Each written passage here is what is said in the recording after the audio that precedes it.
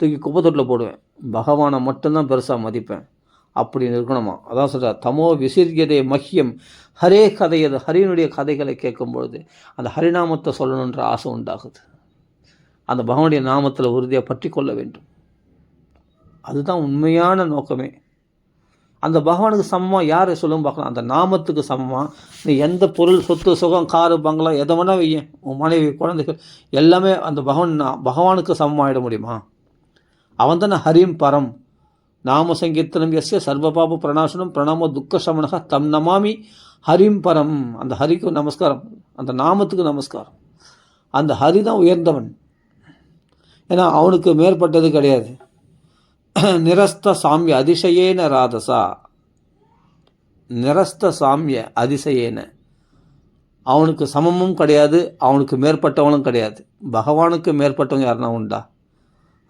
நாமம் சொல்லணும், ராமனுக்கு மேற்பட்டவன் யாருன்னா உண்டா? ராமன் யாருன்னா ஆத்மா ராமன், தனக்குள்ள ரமிக்கிறவன். ஸ்வதாமணி பிரம்மணி ரம்சியதே நமக. பரபிரம்மஸ்வரூபமாகிய பகவான் ராமச்சந்திரமூர்த்தி, ஸ்ரீ ராமச்சந்திர பரபிரமணியன்னு சொல்கிறான் இல்லையா, அவனை எப்படி வர்ணிக்கிறார் சுகாச்சாரியன்னா, அப்படிப்பட்ட பகவான் நிரஸ்த சாமிய அதிசயன். அவனுக்கு அந்த பகவானுக்கு மேற்பட்டவன் வஸ்து எதுவும் கிடையாது, அவனுக்கு சமமாக எதுவும் கிடையாது. அவன் தன் ஸ்வரூபத்தில் தான் ரமிச்சுட்டு இருக்கிறான். இன்னொரு பொருளை நம்மளாம் நம்பியிருக்கிறோமே, பணம் இருந்தால் தான் நான் சந்தோஷமாக இருப்பேன், மனைவி, அது மாதிரி அவன் கிடையாது. அப்படியேப்பட்டவனுடைய நாமத்தை சொல்லக்கூடிய நீங்கள் நாமத்தில் அல்லவா ரமிக்க வேண்டும். நீங்கள் மற்ற விஷயங்களில் சுகம் இருக்குன்றதுனால தானே அதில் பயத்தை உண்டாகுது. ஒரு பொருளை ஆசைப்படும் போது அது பயம், கோபம், டென்ஷன் எல்லாத்தையும் உண்டாகும். ஏன் நீ அது மாதிரி ஆசைப்பட்ட ஃபஸ்ட்டு? இந்த அறியாமை எப்போ நீங்கன்னா பகவானுடைய கதைகளை கேட்கும்பொழுது, பகவானுடைய பெருமைகளை கேட்கும்பொழுது தான் தமோ விசிறியதே, இந்த அறியாமை உன்னை விட்டு போகும் அப்படின்னு பரிசுத்து சொல்கிறாருங்க. சமீச்சீனம் வச்சோ பிரம்மன்னு சர்வஜ்ஞஸ்ய தவானகா.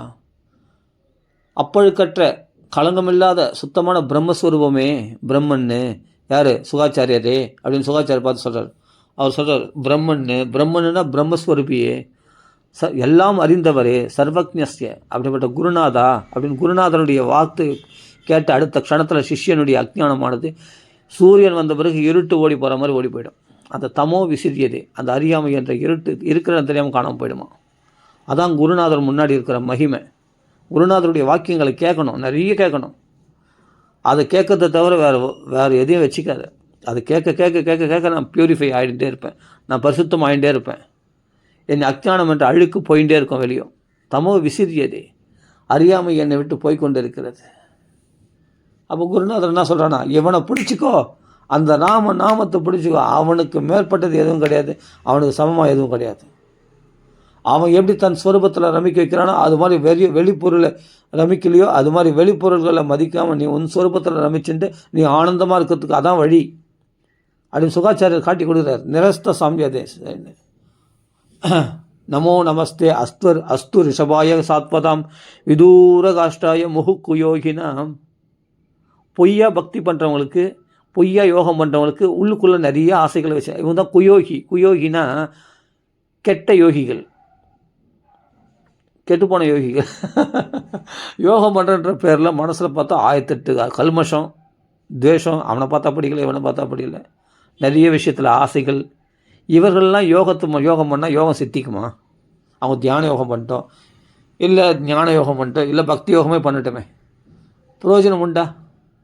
குயோகி நாம் மனசில் கல்மஷம் வச்சுருந்து, மனசில் வேறு கெட்ட ஆசைகளை வைத்து கொண்டு, அப்போ நான் யோகம் பண்ணுறேன், நான் உண்மையாக பகவானத்தில் பக்தி பண்ணுறேன் அப்படின்னா இவர்களுக்கு பகவான் விதூர காஷ்டாய, இவங்களுக்கு பகவான் தூரமாக இருப்பானா.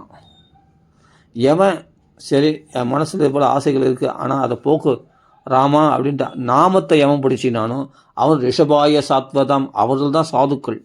உனக்கு பக்குவம் இல்லைன்னா கூட பகவான் நாமா சொல்லலாம். அப்போ நாமா சொன்னால் நீ பக்குவமானவன். அபிச்சேசு துராச்சாரோ பஜத்தே மாம் அனன்யபாக். நீ துராச்சாரியாக இருந்தால் கூட, அஜாமலன் கூட ராமனா அது நாராயணான்னு சொன்னால் அவங்களுக்கு உடனே வந்து காப்பாற்றுவானா. அப்போ பக்தி யோகத்துக்கும் பக்குவம் வேணும், விஸ்வாசம் வேணும்,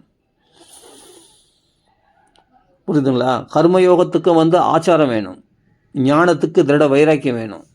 இதுக்கு எதுக்குமே லாய்க்கு இல்லை. அப்போ என்ன பண்ணுறதுனா கிராத ஹூணாந்திர புலிந்த புல்கசா ஆபீர கங்கா யவனா கசாதயா ஏ அந்யேச்ச பாவா எது உபாஸ்ரயாஸ்ரயா சுத்தியந்தி தஸ்மை பிரப விஷ்ணவே நமக.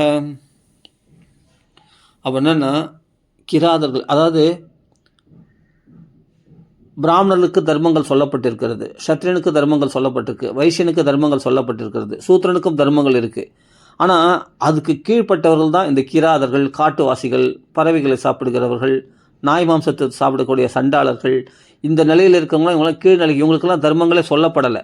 இவங்களாம் வந்து காட்டு வாசிகள் போல, மிருகங்கள் போல வாழ்க்கை நடத்தக்கூடியவர்கள். அப்படிப்பட்டவர்கள் கூட பகவானை ஆசித்து பகவன் நாமத்தை அனவரதம் சொல்லி கொண்டிருக்கிற அந்த மகானுடைய திருவடிகளை பற்றி கொண்டார்களானால் அவர்கள் ஜென்மாவும் பரிசுத்தமாயிடுமா.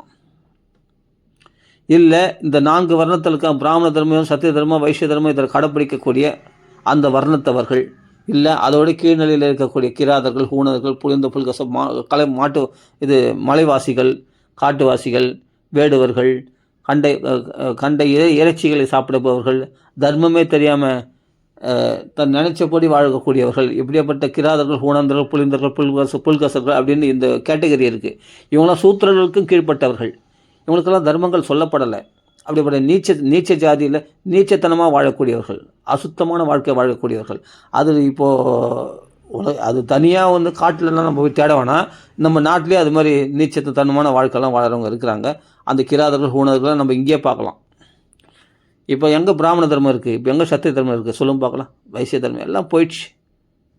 எல்லாமே இந்த கிராத ஹூணந்த அந்த கண்ட மாம்சங்களை சாப்பிட்றது, கண்டபடி மேலே இருக்கிறது, ஒரு முறையற்ற வாழ்க்கை, தர்மம் இல்லாத வாழ்க்கை வாழறோம். அப்படிப்பட்ட தர்மங்கள் கடைப்பிடிச்ச அந்த 4 வர்ண சூத்திர தர்மமும் இல்லை, வைசிய தர்மம் எந்த தர்மத்தையும் கடைப்பிடிக்காத சூழ்நிலையில் கிராதர்கள், ஹூணர்கள் நிலையில் நம்ம தள்ளப்பட்டிருக்கோம். எவ்வளோ மனுஷர்கள் இப்போ இந்த நிலையில் தான், காட்டுவாசி மக்கள் நிலையில் தான் வாழுறோம். கண்டதே காட்சி கொண்டதே கோலம், பணம் தான் பெருசு, இல்லை நல்லா வயிறு நிறைய உதரம் பரிணாஜீவகா, வயிற்று பாட்டுக்காக சாப்பிடணும், நாக்கு சுவைக்காக எதை வேணால் சாப்பிடலாம், எங்கே வேணா இருக்கலாம் அப்படின்ற நிலைக்கு தள்ளப்பட்டிருக்கும்.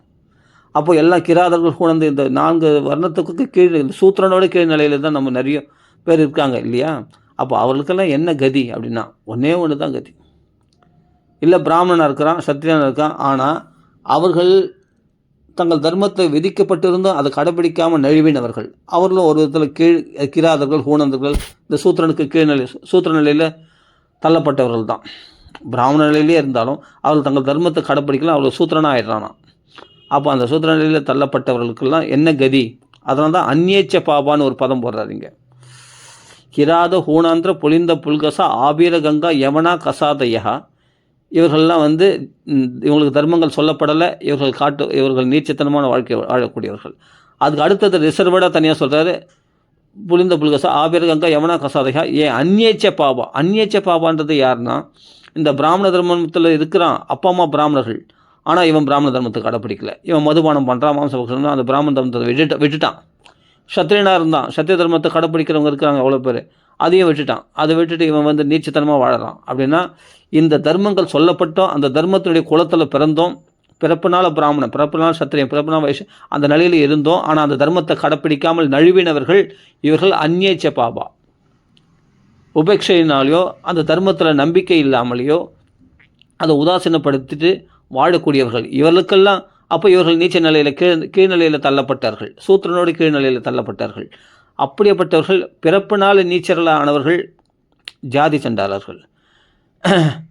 அப்படி தர்மங்கள் சொல்லப்பட்டு அந்த தர்மங்களை கடைப்பிடிக்காமல் விட்டவர்கள் கர்ம சண்டாளர்கள். கர்ம சண்டாளர்கள் ஜாதி சண்டாளர்களோட மோசமானவங்க, அவர்கள் பாவம் அதிகம்.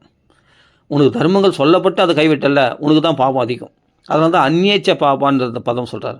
அப்படிப்பட்டவங்களுக்கெல்லாம் ஒரு கதி உண்டான்னா யார்? பகவன் நாம ஒரே ஒரு கதி தான், ராம ராம ராம ராம ராம ராம ராம ராம ராம ராம ராம ராம. இதுதான். இது யார் சொல்லுவார்னா அப்படியேப்பட்ட எது உபாசை அந்த பகவானை கெட்டியாக பிடிச்சிருக்காங்க இல்லையா மகாத்மாக்கள், அந்த மகான்களுடைய திருவடிகளை படித்து கொண்டார்களானால் இந்த ஜாதி சண்டாளர்கள், கர்ம சண்டாளர்களாக இருக்கக்கூடியவர்கள்லாம் பகவானுடைய திருவடியை பற்றி கொள்ள வேண்டாம். பகவானுடைய திருவடிகளை பற்றி கொண்டவருடைய தாசானுதாசனார்கள பகவான் திருவடி எது உபாசை ஆசையாக பகவானுடைய திருவடிகளை பற்றி கொண்டவருடைய திருவடிகளை பற்றி கொண்டால் அவர்களும் உய்வார்கள். அவர்களும் சுத்தியந்தி தஸ்மை பிரப விஷ்ணவே நமக, அவர்களும் சுத்தமடை வரலாம். அவர்கள் தங்கள் வாழ்க்கையை பக்குவமாக்கிக் கொள்வார்கள். அவர்களும் மோட்சம் அடைய முடியும். அப்போ அவர்களுக்கு என்ன கதின்னா, அவர்களுக்கு மகான்கள் என்ன விதிச்சிருக்காங்கன்னா ராம ராமான்னு நாமத்தை சொல்லு அப்படின்னு அவங்களுக்கு சொல்கிறாங்க. அவங்களுக்கு அதான் செய்ய முடியும்.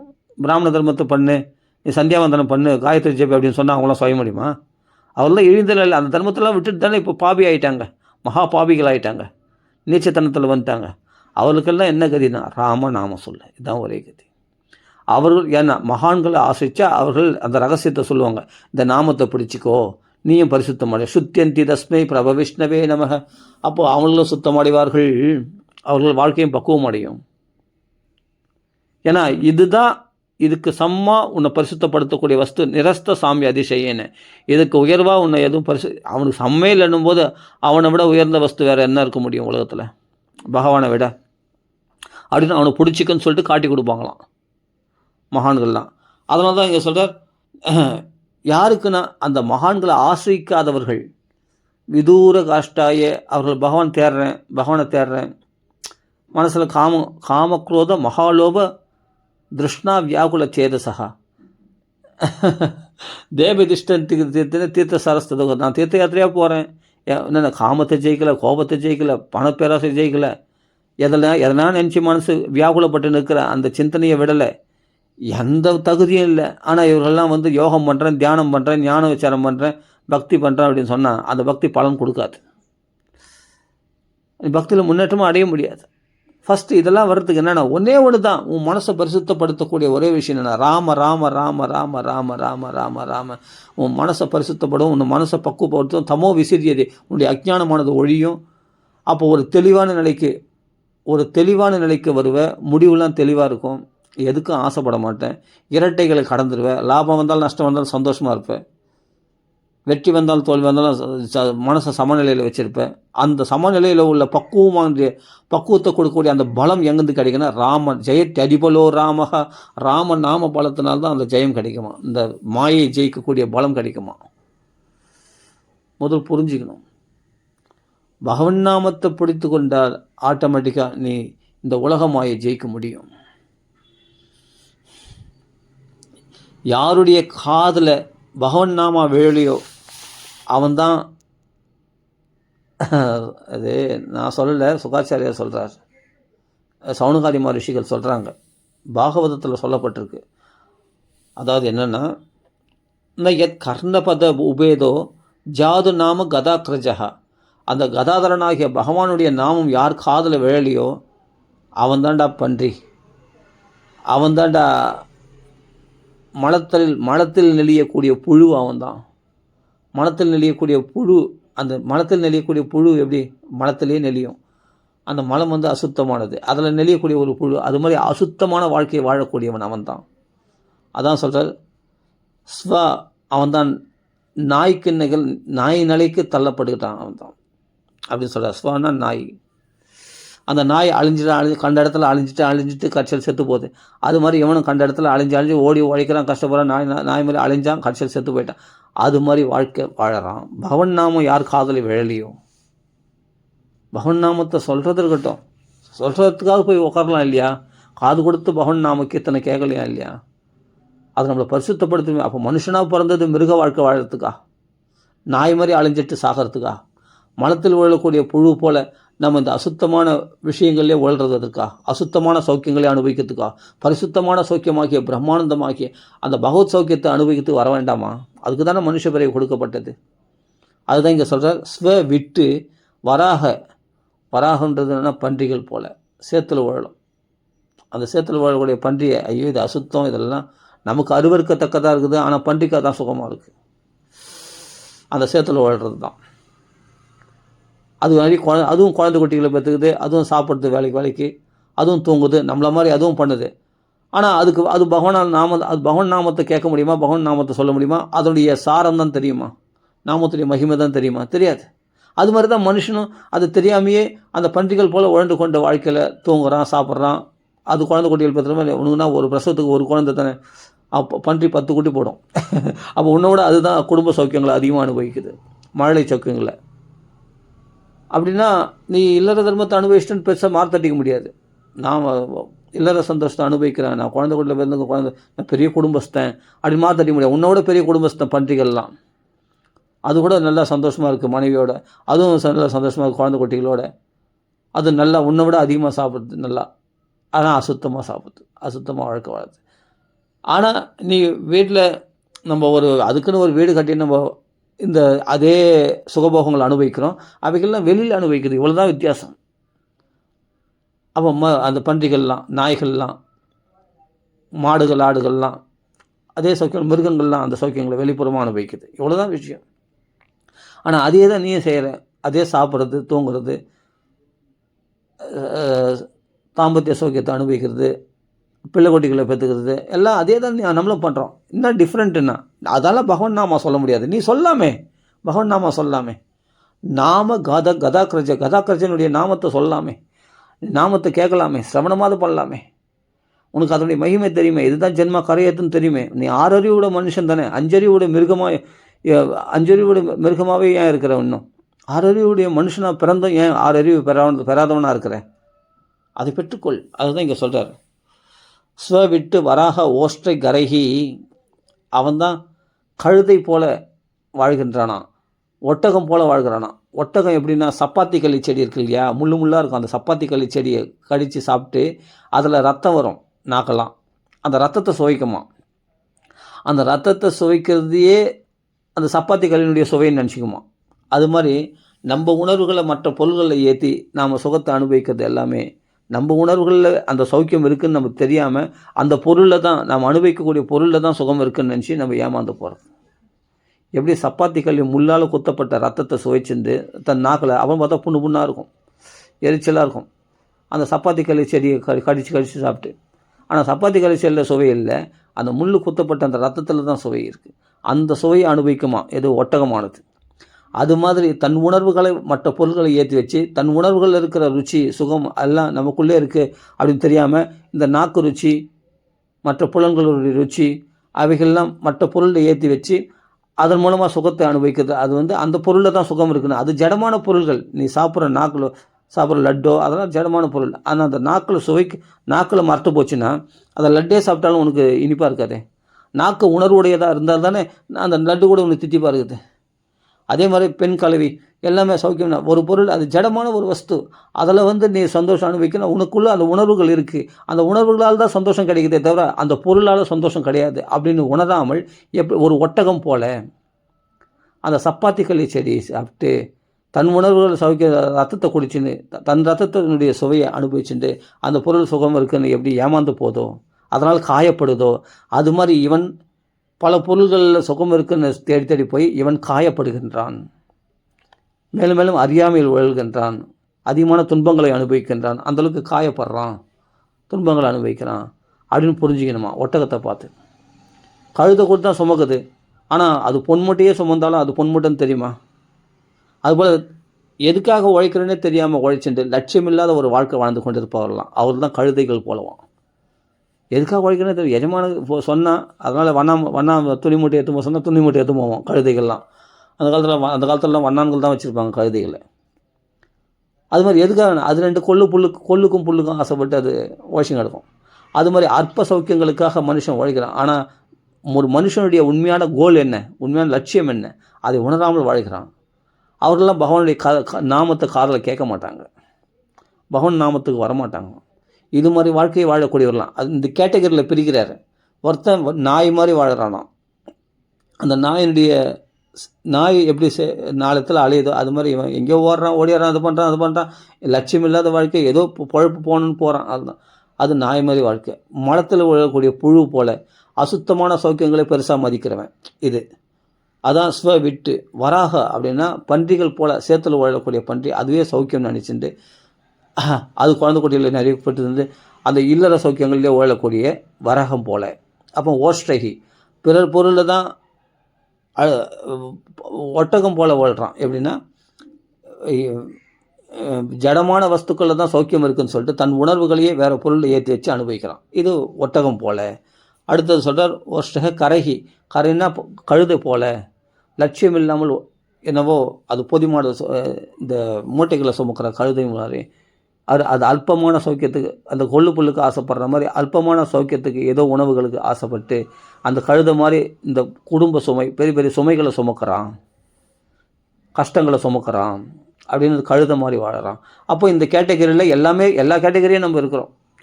நிறைய மக்கள் பார்த்தா ஆமாம் அசுத்தமான சௌக்கியத்தை பெருசாக மதிக்கிறோம். அதே போல் நம்ம உணர்வுகளை வேற ஒரு பொருளை எடுத்து வச்சு அதுதான் சௌக்கியம்னு நினைக்கிறோம். அதே மாதிரி பன்றிகள் போல் நாய் மாதிரி அலைஞ்சிட்டு ஏதோ கஷ்டப்படுறோம். இல்லையா? அலையிறான். ஏதோ எதுக்காக, நான் பணத்துக்காக ஏதோ ஒன்றுத்துக்கு அலையிறான், ரோடோட அலையிறான், கஷ்டப்படுறான். கடைசியில் என்ன, கோல் இவைகள் எல்லாமே, இந்த மிருகங்கள் எல்லாமே லட்சியம் இருக்கா அதில்? பன்றிக்கு லட்சியம் இருக்கா? நாய்க்கு லட்சியம் இருக்கா? கழுதைக்கு லட்சியம் இருக்கா? ஒட்டகத்துக்கு லட்சியம் இருக்கா? இதெல்லாம் லட்சியம் இல்லாத ஒரு வாழ்க்கையில் அந்த சௌக்கியங்களை அனுபவிக்கிற இதே சௌக்கியங்களை தான் நாமளும் அனுபவிக்கிறோம். ஆனால் லட்சியம் உடையவர்கள் யாரோ, பகவன் நாமத்தை பற்றி கொண்டவர்கள் யாரோ, அவர்கள் இதை விட உயர்ந்தவர்கள், இந்த மிருக நிலையை விட உயர்ந்தவர்களாகி அப்போ தான் மனுஷ நிலைக்கே நம்ம வரமா. அப்போ மனுஷனாக பிறந்து நாம் பகவன் நாமத்தை பற்றி கொண்டவர்கள் உயர்ந்த நிலைக்கு உயர்ந்துடுறாங்க. இதான் விஷயம். அவர்கள் மகாத்மாக்கள் ஆயிடுறாங்க. அவர்கள் பகவத் ஸ்வரூபமாகவே ஆயிடுறாங்க. பகவன் நாமத்து மயமாக ஆனவங்க, ராமமயமாக ஆனவங்க. அதுதான் இங்கே சொல்கிறார். ஸ்வவிட்டு வராக ஓஷ்டை கரைஹி சம்ஸ்துத புருஷ பசுகு மனுஷனாக பிறந்து மிருக வாழ்க்கை வாழக்கூடியவர்கள் வரலாம். ந எத் கர்ணபத உபேதோ ஜாது நாம கதாக்கிரஜா நாம யாருடைய காதில் எத் கர்ணபதோ உபேதம், யார் காதில் பகவன் நாமா காதில் வேலையோ அவர்கள்லாம் இந்த மிருகங்களுக்கு சமமானவர்கள் தான் அப்படின்னு சொல்கிறார். அதனால் ஜிக்வா அசதி தார்த்துரிகேவ சூத நச்ச உபகாயதி உருகாய காதாக, பகவானுடைய கதைகளை பேசாத வாக்கானது அது தவளையினுடைய நாக்கு மூல, தவளையுடைய வாய் மாதிரி. தவக்கள் என்ன பண்ண நைட்டு பூரா கத்தி என்ன பண்ணுவான், பாம்புகளை வரவழைச்சிடுமா தன் சத்தத்துக்கு. அந்த பாம்பு தான் நான் இங்கே தான் இருக்கேன் வந்து என்னை சாப்பிடு அப்படின்ற மாதிரி இது தேவையில்லாத கத்திங்க கிடக்குமா நைட்டு பூரா. நான் மழை பெஞ்ச காலத்தில் பார்த்தா தவக்களை கத்திங்க கிடக்கும். எதுக்காகனா பாம்பை வர வைக்கிறதுக்கு. அது மாதிரி பாம்பு வந்து லபக்கணும் பிடிச்சிக்கும். அது மாதிரி மரணத்தை வரவழைப்பதற்காக வெட்டி கதைகளை பேசி ஊர்வம்புகளை பேசி தேவையில்லாமல் காலத்தை பொழுதுபோக்குறோமா.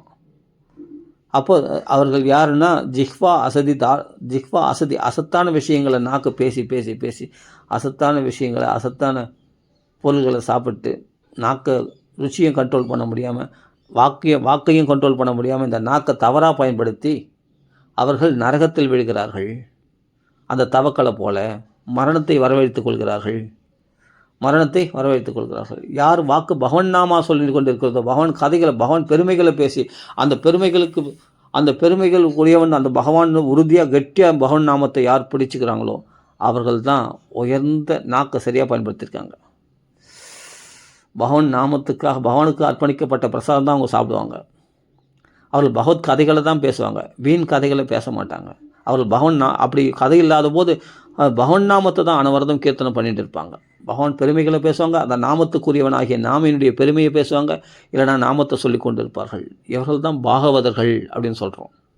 இவர்கள் தான் சாத்வதர்கள். அவர்கள பகவான் ரிஷபாய எப்படி ஒரு பசுவை காலை ரட்சிக்கின்றதோ அது மாதிரி பகவான் ரிஷபனா, அந்த சாதுக்களுக்கு ரிஷபனா பகவான் பாதுகாப்பாளனாக இருந்து ரட்சிக்கின்றான். அவர்களுக்கு பகவான் கிடைச்சிட்டான். எனக்கு பகவான் கிடைக்கலையே தேடின்னு இருக்கிறவங்க இன்னும் தியானத்தில் தேடுறாங்க, ஞானத்தில் தேடுறாங்க, பக்தி பண்ணி வேணும்னு பகவானை பூஜை பண்ணி பகவானை தேடுறாங்க, பக்தி யோகத்தில் தேடுறாங்க, ஞானத்தில் தியான யோகத்தில் பலவிதமான யோகங்களில் தேடுறாங்க. ஆனால் பகவான் அடைஞ்ச பாடு கிடையாது. அவங்களுக்கு பகவான் தூரமாக இருப்பானா. ஏன்னா மனசு பரிசுத்தம் இல்லாமல் நீ தேடி பகவான் எப்படி கிடைப்பான்? மனசு பரிசுத்தம் இல்லைனாலும் கடைப்பிடிக்கக்கூடிய கலியுகத்துக்குன்னு ஒரு தர்மம் இருக்குது, நாம சங்கீர்த்தனம். இது மனசையும் பரிசுத்தமாக்கிடும். பகவானை உங்ககிட்ட நாக்கிலேயே இப்போ நாம வந்து ராம ராம ராம ராமான்னு சொல்லும்போது நாக்கில் நடமாடுறானே ராமச்சந்திரமூர்த்தி, சீதாராமனா வந்து நாக்கில் நடமாடுறாங்களே, அப்போது சுலபமாக கிடச்சிட்டான் இவங்களுக்கு. யார்? நாமத்தை பற்றி கொண்டவர்களுக்கு. அப்போ மற்றவங்களுக்கு யாருன்னா மற்ற யோகங்களை கடைப்பிடிக்கிறவங்களுக்கு விதூர காஷ்டாய, அவர்களுக்கெல்லாம் பகவான் தூரமாக இருக்கிறானா. இவங்களுக்கு பகவான் கிடைக்கலன்ற ஒரு உணர்வே ஏற்படாது. பகவான் பல அதிசயங்களை பண்ணுவான். இப்போ ஒன்றும் இல்லை, நான் இப்போ இந்த கட்டத்தை படிக்கணும்னு சொன்னால் புஸ்தகத்தில் எடுத்த உடனே பார்த்தா அந்த கட்டம் கரெக்டாக வரும். அது எப்படி? அது நீ என்ன சங்கல்பம் பண்ணுறியோ அது உடனே நிறைவேறும். ஒன்றும் இல்லை, நேற்று நடந்த விஷயம். ஒருத்தர் வந்து நான் என்ன பண்ணுறேன், ஒருத்தருக்கு வந்து ராமநாம நோட்டு கேட்டார். அந்த ராமநாம நோட்டு கேட்டாருன்னா அவர் எங்கேயோ இருக்கார், ரொம்ப தொலைவில் இருக்கார். நான் வந்து என்னன்னா இன்னொருத்தர் நோட்டு கேட்டாங்கன்னு சொல்லிட்டு அவங்களுக்கு கொடுத்துட்டு வரும்போது எங்கள் வீடு எங்கேயோ இருக்குது. இப்போ ராமசாமின்னு ஒருத்தர் இருக்கார், அவர் பெரியவர், அவருக்கு நோட்டு கொடுக்கணும். அவர் நோட்டு கேட்டுருந்தார் எங்களை. நான் போய் மாம்பழத்தில் போய் நோட்டு வாங்கிட்டு வந்தேன். அந்த நோட்டு வாங்கிட்டு வந்து அது கொடுக்கணுதுக்காக நான் அதே சமயத்தில் இன்னொரு பிராமணர் வீட்டில் அவங்க நோட்டு கேட்டாங்க. அவங்களுக்கு எதுவுமே நோட்டு கொடுத்துட்டு வரும்போது எங்கள் வீட்டிலேருந்து வந்துட்டு ரொம்ப தொலைவு வந்துட்டு என்ன பண்ணுறேன், அவருக்கு ஃபோன் பண்ணுறேன். அவர் வீடு ரொம்ப தொலைவு, அவர் வீடு வந்து 2 கிலோமீட்டர் தாண்டி எங்கேயோ இருக்குது அவர் வீடு. அவர் 2-3 கிலோமீட்டர் தாண்டி இருக்குது அவர் வீடு. அவர் எங்கேயோ இருக்கிறாரு. நான் வந்து என்னென்னா அவர் வீட்டுக்கு போகலாமான்னு நினச்சிட்டு வீட்டை விட்டு கிளம்பி வந்து வேற ஒரு வீட்டுக்கு போயிட்டு வரேன். அப்போ நானும் லாங்கில் இருக்கேன். நானும் எங்கள் வீட்டு லாங்கில் இருக்கேன். அவரும் அவர் வந்து அவர் வீடும் பார்த்தா லாங்கில் இருக்குது. நான் என்ன பண்ணுறேன், நடுவில் ஒரு வீட்டில் போய் நோட்டை கொடுத்துட்டு நான் வரேன். வரும்போது என்ன பண்ணலாம், சரி அவருக்கு ஃபோன் பண்ணலாம், ஃபோன் பண்ணி உங்கள் வீட்டுக்கு வரலாமா, வந்து நான் நோட்டு கொடுக்கலாமா அப்படின்னு ஃபோன் பண்ணலாம் அப்படின்ட்டு கேட்கலான்ட்டு ஃபோன் பண்ணுறேன். கரெக்டாக பார்த்தா அவர் அந்த ராமசாமின்றதுக்கு ஃபோன் பண்ணுறேன். அவர் பேரே பேர் ராமசாமி. அவங்க தான் ராமநாமம் எழுதுவாங்க, பேர்லேயே ராமம் இருக்குது. அப்படி அப்போ ராம் பிரசாத்னு ஒருத்தர் இருக்கார். அவரும் நான் ராமநாமத்தை நிறைய எழுதுவார். எங்களை அப்படி சேர்ந்தாங்க வந்து பகவான். இதெல்லாம் ராமநாமத்துடைய மகிமைங்க. ரமேஷ்னு ஒருத்தர் வந்து சேர்ந்தான், அவன் ராமநாமத்தை பற்றி கொண்டான். அதே மாதிரி எல்லாம் ராமன்ற பேர்லேயே வரும். ராம் பிரசாத்னு ஒருத்தர், அவர் நிறைய நோட்டுகளை எழுதி கொடுப்பார். அப்போ அந்த ராமசாமின்னு ஒருத்தர், அவர் என்ன பண்ணுவார், ஆஞ்சநேயருக்கு இந்த காகிதத்தில் எழுதி அது ஒரு மாலையாக கட்டி ஆஞ்சநேயர் போய் போடுவார். அவர் ஸ்ரீராமசாமி எழுதி அது மாதிரி பண்ணுவார். நோட்லேயும் எழுதுவார் இவர். சரி ஒரு 4-5 நோட்டு கேட்டார். சரி உடனே என்ன பண்ணேன், அவருக்கு ஃபோன் அடித்தேன். ஃபோன் அடித்தா இப்படி ஃபோன் ரிங் ஆகினே இருக்குது. ஆக்சுவலாக பார்த்தா நான் எங்கே நிற்கிறனோ அங்கே எதிரே வராரு அவர். நான் நிற்கிற இடமும் சம்மந்தம் இல்லாத இடம், அவர் வர்றதும் சம்மந்தம் இல்லாத இடம். அவர் எப்பவுமே வேற ஒரு கோயிலுக்கு போவார். அந்த கோயிலுக்கு போனாலும் பரவாயில்ல, அது வேறு ரூட்டு, நான் வேறு ரூட்டில் இருக்கிறேன். அந்த இடத்துல நான் ஃபோன் பண்ணுற இடத்துல அவர் எப்படி கரெக்டாக ராமசாமி வருவார். எனவே ராமரே பிரத்யட்சமான மாதிரி வராரு கரெக்டாக. என்ன சாமி இப்போ தான் உங்களுக்கு ஃபோனை ரிங் ஆகுதுன்னு நான் பார்க்கல, பையில் இருக்குது. அவர் பை ஒன்று வச்சுருப்பார், அந்த பையில் இருக்க ஃபோனு நான் பார்க்கல. கரெக்டாக வரீங்க நீங்கள், ஃபோன் எடுத்து பாருங்க. ஃபோன் எடுத்து பார்த்தா ஆமாம் மிஸ் கால் வந்திருக்கு. எங்கள் வீடு எங்கேயோ இருக்குது, உங்கள் வீடு எங்கேயோ இருக்குது. இந்த நடுவில் இருக்கிற இந்த வழியில் நம்ம எப்படி சந்திப்போம்? அதுவும் ஃபோன் பண்ணும்போது ஒன்று நீங்கள் ஃபோன் எடுத்துருக்கணும். ஆனால் என் எதிரே வரீங்களே, நீ எதுதான் ஃபோன் பண்ணுற, பகவான் பாருங்கள் என்ன அதிசயம் பண்ணியிருக்கான். அவன் என்ன பண்ணுறான்னா நிரஸ்த சாமி அதிசயன். அவன் அதிசயம் பண்ணுறது ஆச்சரியமாக இருக்கும். என்னென்னா நான் ஃபோன் பண்ணுறேன், ஃபோன் பண்ணால் அவர் கரெக்டாக ஃபோனில் கான்டாக்ட் பண்ணல, டேரெக்டாக நேரடியாக வந்துட்டார். ஃபோனில் பண்ணால் எப்படி நேரடியாக வர முடியும்? இப்போ ஆன்லைன் டெலிவரி பண்ணுறாங்க, அதுவே வந்து ஃபோன் பண்ணால் உடனே இந்த ஸ்விக்கிலாம் ஃபுட் டெலிவரினா அதுவே லேட்டாக தான் வந்து வரத்துக்கு. ஆனால் ஃபோன் பண்ண அடுத்த ஃபோன் ரிங் ஆகிட்டே இருக்கு, உடனே பார்த்தா எதிர அந்த ராமசாமி வராரு. அப்போ சொல்கிறேன், சம்மந்தமில்லாத இடத்துல நடுவில் அவர் வீடு எங்கேயோ இருக்குது, என் வீடு எங்கேயோ இருக்குது. நான் இன்னொரு வீட்டுக்கு கொடுத்துட்டு வரேன், அதுவும் ரொம்ப லாங்கில் இருக்கேன். அந்த இடத்துல அவர் எப்படி வருவார், அந்த ராமசாமி? அந்த இடத்துல வரத்துக்கு வாய்ப்பே கிடையாது. இதுதான் பகவான் செயல், இதுதான் ராமநாமத்துடைய செயல். ஆச்சரியமாயிடுச்சு எனக்கு, நேற்று நடந்த விஷயம். அப்போ ராமசாமி பார்த்து சொல்கிறார், எப்படி சுவாமி நான் உங்களுக்கு ஃபோன் பண்ணினே இருக்கிற, கரெக்டாக இங்கே வரீங்க, இந்த இடத்துல உங்களுக்கு என்ன வேலை, இங்கே இந்த இடத்துல ஏன் வந்தீங்க அப்படின்னு. இல்லை இங்கே ஒருத்தர் இங்கே ஒரு வீட்டில் பூ பறிக்கணும், பூ பறித்து கோயிலுக்கு கொண்டு போனோம், அதுக்காக இங்கே பூ பறிக்கிறதுக்காக வந்தேன் அப்படின்னு சொல்கிறாரு அவர், அந்த ராமசாமி. நேற்று சாயங்காலம் நடந்த விஷயம் அது. ஆச்சரியமாயிடுச்சு. எல்லாம் பகவான் செயல், அவ்வளோதான் அப்படின்றார் அவர். எல்லாம் பகவான் செயல், அவ்வளோதான். அவன் கண்காணிச்சிருக்கான் நம்மளை. ராமநாமம் எழுதுகிறவங்கள அவன் பகவான் கண்காணிக்கிறான். ராம தூதரில் அவர்களை பாதுகாப்புக்காக ராமன் தன் தூதர்களை அனுப்பி வைக்கிறான். ராம கவசம் நமக்குள்ளே எப்பொழுதும் நம்ம கண்ணுக்கு தெரியாமல் நமக்குள்ளே ராம கவசம் உண்டாகிட்டு இருக்கும். ராமநாம சொல்ல அந்த கவசம் நம்மளை பாதுகாத்துட்டு இருக்கும். நல்லா புரிஞ்சுங்க. அப்போ என்ன பண்ணா, மற்றவங்க தான் கோவப்படுவாங்க, எரிச்சல் படுவாங்க, எல்லாம் படுவாங்க. ஆனால் நீ அந்த கோபத்தினால தாபத்தினால ஆசைகளால் பாதிக்கப்பட மாட்டேன்.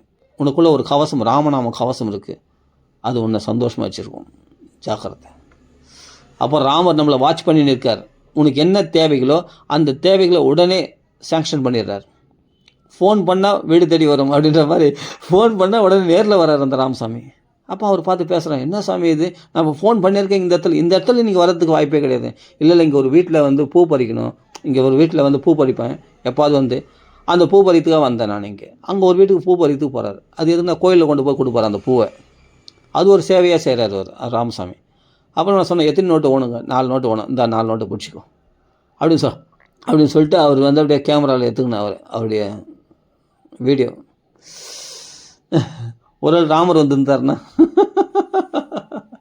அது மாதிரி ஒரே எனக்கு ஆச்சரியமாகிடுச்சு. அதை நினச்சி பார்க்குறேன். நம்ம ஃபோன் கரெக்டாக அவருக்கு தான் பண்ணுறோம். அவருக்கு யாராருக்கோ நான் ஃபோன் பண்ணுவேன், அது வந்து அவருக்கு நான் ஃபோன் பண்ணணும். அவர் ஃபோன் பண்ணும்போது கரெக்டாக அந்த சமயத்தில் அவர் வரணும். எப்படி வரும் அது? இதுதான் பகவான் செயல், கூட்டி வைக்கிறது கரெக்டாக. பகவான் கரெக்டாக கூட்டி வைப்போம். அதே சமயத்தில் நம்ம ஏதாவது புஸ்தகம் இன்னைக்கு காலைல இப்போ இந்த விஷயத்த பேசணும் அப்படின்னா அந்த புஸ்தகத்தில் கரெக்டாக அது எடுத்த உடனே அந்த ஏடு கரெக்டாக வரும். அந்த விஷயத்தை நம்ம கரெக்டாக படிப்போம். இது போல் அதிசயங்கள், பெரிய பெரிய அதிசயங்கள் நடங்க. இதெல்லாம் சின்ன சின்ன அதிசயங்க நிறைய நடந்திருக்கு என் வாழ்க்கையில். மழை போல் வந்த கஷ்டங்கள்லாம் பனி போல் விலகிருக்கு. பெரிய பெரிய ஆசைகள்லாம் என்னை போட்டு வாட்டி எடுக்கும். அந்த ஆசைகள்லாம் குப்பையாக தோன்றபடி எனக்கு தோன்றுச்சு. அந்த ஆசைகள்லாம் குப்பையாக தோன்றுச்சு எனக்கு. அந்தளவுக்கு அதை அலட்சியப்படுத்திட்டேன். அந்தளவுக்கு எனக்கு ஆசைகள் என்னை விட்டு போச்சு தெரியுமா. எதெல்லாம் மழையாக நினச்சினோ, ஐயோ இது கிடைச்சா எனக்கு பெரிய நான் பணக்காரன் ஆகிடுவேன், நான் அப்படி ஆகிடுவேன் எப்படி ஆகிடுவேன், பெரிய பெரிய பணத்தாசை பல விஷயமான ஆசைகள்லாம் என்னை போட்டு வாட்டி எடுத்து தெரியுமா. அந்த ஆசைகள்லாம் இன்றைக்கி எங்கே போச்சுன்னே தெரியல, காணாமல் போச்சு. தமோ விசிறியத்தை, அந்த அறியாமை நம்ம விட்டு போயிட்டே இருக்கும். எதை கதை அவனுடைய பெருமைகளை பேச, அவன் நாமத்தை கீர்த்தனை பண்ண இதெல்லாம் நம்மளை விட்டு போயிட்டே இருக்கும். நாம சங்கீர்த்தனம் கதாசம், இதுதான் கலியுக தர்மம். நீ எதை பண்ணாலும் உனக்கு நாம சங்கீர்த்தனம் பண்ணாலும் பகவத் கதை பற்றி பேசுகிற மாதிரி தான். கதை பேசினாலும் பகவான் பெருமைகளை பேசினாலும் அதுக்கும் அதே நாம சொல்கிற பவர் தான். உனக்கு அப்படியே நம்பணும், உனக்குள்ளே அறியாமை ஒன்று விட்டு நீங்கிடும். பரிசுத்த சொன்னது சத்தியம். தமோ விசிறியதே மஹ்யம் ஹரே கதையத கதாம். ஹருடைய கதைகளை பேசுறதுனால எனக்குள்ள அறியாமல் நீங்கி போகிறது. சத்தியமான விஷயம். அதான் சொல்கிறேன், யார் காதில் பகவன் நாமா வேலையோ அவன்லாம் மிருகங்களுக்கு சமமானவன் சொல்கிறார். அடுத்தது உணர்த்து சொல்கிறாரு, எந்த ஹிருதயமானது பகவானுடைய நாமத்தை கேட்டவன் ராமா ராமான்னு அந்த ராம நாமத்தை ராம ராம ராம ராமன் அப்படியே உள்ளம் உருகி மெய் மருந்து ரோமாஞ்சனம் ஏற்படலையோ, கண்களில் கண்ணீர் வரலையோ, தொண்டை கத்கதம் உண்டாகலையோ, இந்த சிம்டம்ஸ்லாம் யாருக்கு ஏற்படலையோ அந்த ஹிருதயம் இல்லை, அது பாறாங்கல்லிடாது வென்றார். அனந்தராம தீட்சை, சேங்காலிபுரம் அனந்தராம தீட்சை சொல்லுவார், அது சைதாப்பட்டில் வண்ணாமல் துணி அடிக்கிற பாறாங்கல். அது துணி அடிக்கிற பாறாங்கல்லாக தான் போவோம் அந்த அந்த அந்த ஜீவனானவன். பகவன் நாமத்தை காதலை கேட்டு கூட எவனுடைய மனசு உருகலையோ, கண்களில் கண்ணீர் வரலையோ, அது கல்லுலேயும் கல் பாறாங்கல். அதுவும் சைதாப்பட்டில் வண்ணா அடிக்கிற துணி துவைக்கிற கல்லாம். அப்படி தான் கட்சியில் கல்லை தான் போவான் அவன். ஏன்னா பகவன் நாமத்தில் ரமிக்காமல் வேறு விஷயத்தில் உலக விஷயத்தில் ரமிக்கிறியே, அது ஹிருதயமாக இல்லாட்டி அது கல்லாது. அந்த ஹிருதயம் உருகலையே பகவானுடைய புகழை கேட்டு அப்படின்னு அவ்வளோ வெறுப்பில் சொல்கிறாங்க. சேங்காலிபுரம் அந்த தீட்சிதர் அது தன் கதையில் இந்த ஸ்லோகத்தை சொல்லும்போது அப்படி சொல்லுவார். அதான் இங்கே சொல்கிறார், தது அஸ்மசாரம் ஹிருதயம் பதேதம். அஸ்மசாரம்னா கல்லுலையும் கல் பாறாங்கல்லாம். அது அதான் அஸ்மசாரம். அது கல்லுடைய சாரம் அப்படின்னு. கல்லுலையும் கல் ரொம்ப ஸ்ட்ராங்கான ஹிருதயம் உருகாத அந்த கல், அது கல் மாதிரி ஹிருதயம். அது பகவான் நாமத்தை கேட்டு உருகாத கல் ஹிருதயமானது அப்படின்னு சொல்கிறார். ததா அஸ்மசாரம் ஹிருதயம் பதேதம் எத் கிரஹியமானிர் ஹரிநாமதேயை. ஹரினுடைய நாமத்தை கேட்ட மாத்திரத்தினாலே, கிரஹியமானகி ஹரிநாமத்தை கிரகிச்ச மாத்திரத்தினாலே எவன் உருகலையோ, ராமா ராமான்னு ரமிக்கலையோ அந்த ராமநாமத்தில், ஹரே கிருஷ்ணான்னு சொல்லுவான், கிருஷ்ணனுடைய பகவானை நினைச்சு உருகலையோ அவன் ஹிருதயமானது கல்லுன்றாருங்க. எத் கிரஹியமானகி ஹரிநாமதேயி ந விக்ரியேதாத யதாபிகாரோ நேத்ரே ஜலம் காத்திர ருகேஷ். உடம்பு புல்லரிச்சு போகலையோ, நேத்ரே ஜலம் கண்களில் கண்ணீர் வரலையோ, ஹர்ஷஹா உடம்பு புலகாய்ந்த மனது தொண்டை கத்கதம் உண்டாகலையோ, இந்த சிம்டம்ஸ் ஏற்படலையோ, அவன் உன்னுடைய ஹிருதயமானது கல்லானது அப்படின்றார். அது அஸ்மசாரம் ஹிருதயம் பதேதம் எத் கிரஹியமானகி ஹரிநாமதேயி ந விக்ரியேதாத யதாபிகாரோ நேத்ரே ஜலம் காத்திர ருகேஷ் ஹர்ஷஹ. அப்படியேப்பட்ட பகவன் நாமத்தை காது கொடுத்து கேட்கணும். பகவன் நாமத்தை கேட்ட உடனே ஹிருதயம் உருகணும். பகவன் நாமத்தை கீர்த்தனம் பண்ணணும். அவர்கள் தான் மிருக வாழ்க்கையிலிருந்து மனுஷ நிலைக்கு உயர்ந்தவர்கள். மனுஷ நிலையிலிருந்து அவர்கள் தெய்வீக நிலைக்கு உயர்வார்கள் அப்படின்னு சொல்கிறார். ஒன்றும் இல்லை, திருமூலர் சொல்லியிருக்கார் இல்லையா, சிவசிவ என்கிலர் தீவினையாளர். எவன் சிவசிவன்னு பகவன் நாமத்தை சொல்லலையோ அவன் பாபியான், தீவினையாளர். தீவினையாளர்னா அவன் பிடிச்சவன்னா வினையுடைய, அதாவது பாபத்தை உடையவன் அவன், மகா பாவி. அதனால தான் அவன் வாக்கில் சிவசிவன் பகவன் நாம வரலையாம், ராமராமன் நாம வரலையாம். திருமூலர் சொல்கிறார், சிவசிவன் அவன் நாமத்தை சொல்லாதவன் பாவி.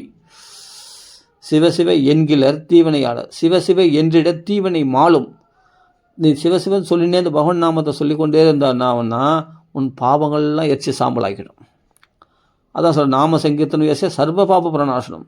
சர்வ பாபத்தையும் போய்கிடும் நாமத்தை சொன்னான்.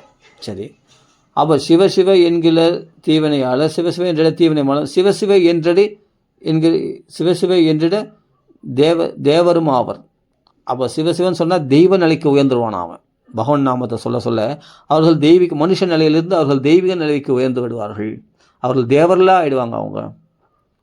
அவர்கள் தேவர்கள் தான். தேவர்களுக்குரிய சக்தி அவங்களுக்கு இருக்கும். அவங்க நினச்சது நடக்கும். சொர்க்கலோகத்தில் அவங்களுக்கு சுகபோகம்லாம் நினச்சது நடக்குது இல்லையா, அது மாதிரி இவர்களுக்கு எல்லாமே நினச்சதெல்லாம் கிடைக்கும். இவர்கள் சங்கல்பங்கள்லாம் நிறைவேறும். அப்படிப்பட்ட தெய்வத்தன்மை உடையவர்கள் இவர்கள். தெய்வம் பிரகிருதி மாம் ஆசிரித்திய அப்படின்னு கீதையில் பகவான் சொல்கிறான். தெய்வ பிரகிருதி ஆசிரித்தவர்கள், என்னை ஆசிரித்தவர்கள் அப்படின்னு கிருஷ்ணன் சொல்கிறான். பகவன் நாமத்தை சொல்கிறவங்க தெய்வீக நிலைக்கு உயர்ந்தவர்களாம். அப்போ சிவசிவ என்றிட தேவரும் ஆவர். அதுக்கு மேலே சிவசிவ நாமத்தை சொல்லிகிட்டே இருப்போம்னா ஆவானா சிவகதி தானே. சிவசிவ என்றிட சிவகதி தானே. இந்த முழுசாக அந்த பாடல் 4 வரி சொல்கிறேன் பாருங்கள். சிவசிவ என்கிற தீவினையாளர், சிவசிவ என்றிட தீவினை மாலும், சிவசிவ என்றிட சிவசிவ என்றிட தேவரும் ஆவர், சிவசிவ என்றிட சிவகதி தானே. மேலும் மேலும் சிவநாமத்தை சொல்லிகிட்டே இருந்தால் தொடர்ந்துன்னா ஆக்சுவலாக சிவகதி வைகுண்டத்தை கைலாசத்தை அவர்கள் அடைவார்கள் அப்படின்னு திருமூலர் சொல்கிறார். அப்போ பகவன் நாமா தான் மகிமை உடையது. அந்த பகவன் நாம நமசிவாயன்னு சொல்கிறாங்க, நாராயணன் சொல்கிறாங்க. அந்த நமசிவாயில் மாவும் நாராயண ராமும் சேர்ந்தது. இப்போ வைஷ்ணவர்கள் சைவர்கள் 2 பேருக்கும் பிரியமுள்ளது ராமநாமம். நீ சிவபக்தனாக இருந்தாலும் ராமநாமா சொல்லலாம், நீ விஷ்ணு பக்தனாக இருந்தாலும் ராமநாமா சொல்லலாம். இது 2த்துடைய சங்கர நாராயணனுடைய ஐக்கிய ஸ்வரூபம் ராமநாமம். 2 பேருடைய வரங்களையும் நம்மளுக்கு பெற்று தந்துடும். 2 பேருடைய ஆசீர்வாதங்களும் நம்மளுக்கு பெற்று தந்துடும். அப்படிப்பட்டது ராமநாமம். நாராயணன்றதில் ராவும் நமசிவாயில் மாவும் சேர்ந்தது தான் ராமநாமம். இதை பற்றிக்கொள். சிவ குடும்பமும் நமக்கு அனுகூலமாக இருக்கும், வைஷ்ணவ குடும்பமும் நமக்கு அனுகூலமாக இருக்கும். யாருமே இதில் பேதமே இல்லாமல் நம்ம சமநிலையில் இருப்போம். நாம் அப்போ ராம ராம ராம ராம ராம ராமேதி கர்ஜதி, இதை கர்ஜிச்சு எப்பொழுதும் பக்கத்தை விட்டு பகவான் நாமத்தை சொல்லிட்டு இதுதான் உன்னை காப்பாற்றும். அப்போது சொல்கிறார் இல்லையா, எந்த நாமத்தை எத் கீர்த்தனம் எத் ஸ்மரணம் எதீக்ஷணம் எத் வந்தனம் எத் ஸ்ரவணம் எதர்கணம் லோகஸ்ய சத்யோ விதுனோதி கல்மஷம் தஸ்மை சுபத்ர ஸ்ரவசே நமோ நமः தஸ்மை சுபத்ர ஸ்ரவசே நமோ நமः. எந்த பகவான் நாமத்தை கீர்த்தனம் பண்ணுறியோ, எந்த பகவானை ஸ்மரிக்கிறியோ, அந்த நாமத்துக்குரிய நாமையே நினச்சிண்டு அந்த பகவானையே தியானம் பண்ணிக்கொண்டு இல்லாட்டி அந்த பகவானை தியானம் பண்ண முடியல, நாமத்தை ராமராமன்ற நாமத்தையா தியானம் பண்ணினார். அவனையே அந்த நாமத்தையே தரிசனம் பண்ணிட்டார். அந்த நாமத்தை நோட்டில் எழுதி அதை பாரு. அந்த தரிசனம் பண்ணுறதே அது ஒரு புண்ணியம், அது ஒரு சாதனை. அந்த நாமத்தை எழுதி அதை தரிசனம் பண்ணுறது. ஈக்ஷணம் எத் வந்தனம், அந்த நாம நோட்டுகள் நிறைய எழுதுனால அந்த நாமத்தை போய் விழுந்து சாஷ்டாம ராமரையோ ராமநாமத்தையோ நாமி வரல நாம வரல. அப்போ அந்த நாமத்தை எழுதி அந்த புஸ்தகத்தை புஸ்தகம் இல்லை, அதுக்கு விலையேற பெற்றது. இப்போது நாமத்தை எழுதிட்டு பிறகு அந்த புஸ்தகம் வெறும் புஸ்தகம் இல்லை, அது பகவானே. அந்த பகவானை விட வசதி, அது ராமரை விட வசதி ராமநாமம். அந்த நாம நோட்டுகள் இருக்கு இல்லையா, அந்த சாஷ்டாம விழுந்த நமஸ்காரம் பண்ணு.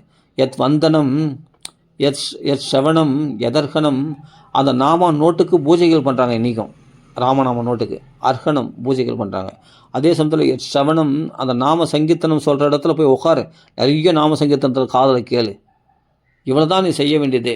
பகவன் நாமத்தை எத் கீர்த்தனம் எத் ஸ்மரணம், அந்த நாமத்தை கீர்த்தனம் பண்ணணும். அந்த நாமத்தை சொல்ல முடியாத இடத்துல நாமத்தை ஸ்மரணம் பண்ணி நிறுவனம். ஹிருதயத்தில் ராம ராம ராம ராம ராம ராம ராம ராம ராம ராம ராம ராம் அந்த நாமத்தை ஸ்மரிச்சு நிறுவனமா. எத் ஸ்மரணம் எதீக்ஷணம், அந்த நாமத்தை எழுதின நாமங்களை வீட்டில் செவத்துலலாம் எழுதி பார்க்கும்போது அந்த ராமநாம ஸ்மரணம் வரும் இல்லையா. அதனால் பார்க்கறதுக்காக நம்ம வீட்டிலலாம் நம்ம பண்ண பெயிண்டில் ராமநாமம் எழுதிடணும். ராமநாமம் எழுதிட்டுனா அடிக்கடி தரிசனம் பண்ணலாம். ராமநாமத்தை தரிசனம் பண்ண நமக்கு என்ன ஆகும்னா அதுவே ஸ்மரணம் ஆகிடும். அப்போது அந்த நாமத்தை விழுந்து சேவிக்கணும், அந்த பகவானை விழுந்து சேவிக்கணும். அப்போது எத் வந்தனம் எத் ஸ்ரவணம் எதர்கணம், அந்த நாமத்துக்கே பூஜைகள் பண்ணணும். இப்போ மாம்பழத்தில் அதான் நடந்துருக்கு. நாம பெற்றவங்களுக்கு புஷ்பங்களாக அப்படியே பூஜைகள் பண்ணுறாங்க, அப்படியே புஷ்பங்களாக தூவுறாங்க, புஷ்பங்களாக அர்ச்சனை பண்ணுறாங்க. எதர்கணம். அப்போ என்ன ஆகுன்னா, இப்படி நீ பண்ணிட்டு வந்தனா லோகஸ்ய சத்யோ விதுனோதி கல்மஷம், இந்த உலகத்தில் நீ வாழ்ந்தாலும் இந்த உலக கலகங்களால் நீ பாதிக்கப்பட மாட்டாய், இந்த உலகத்தினுடைய தோஷங்களால் நீ பாதிக்கப்பட மாட்டாய்.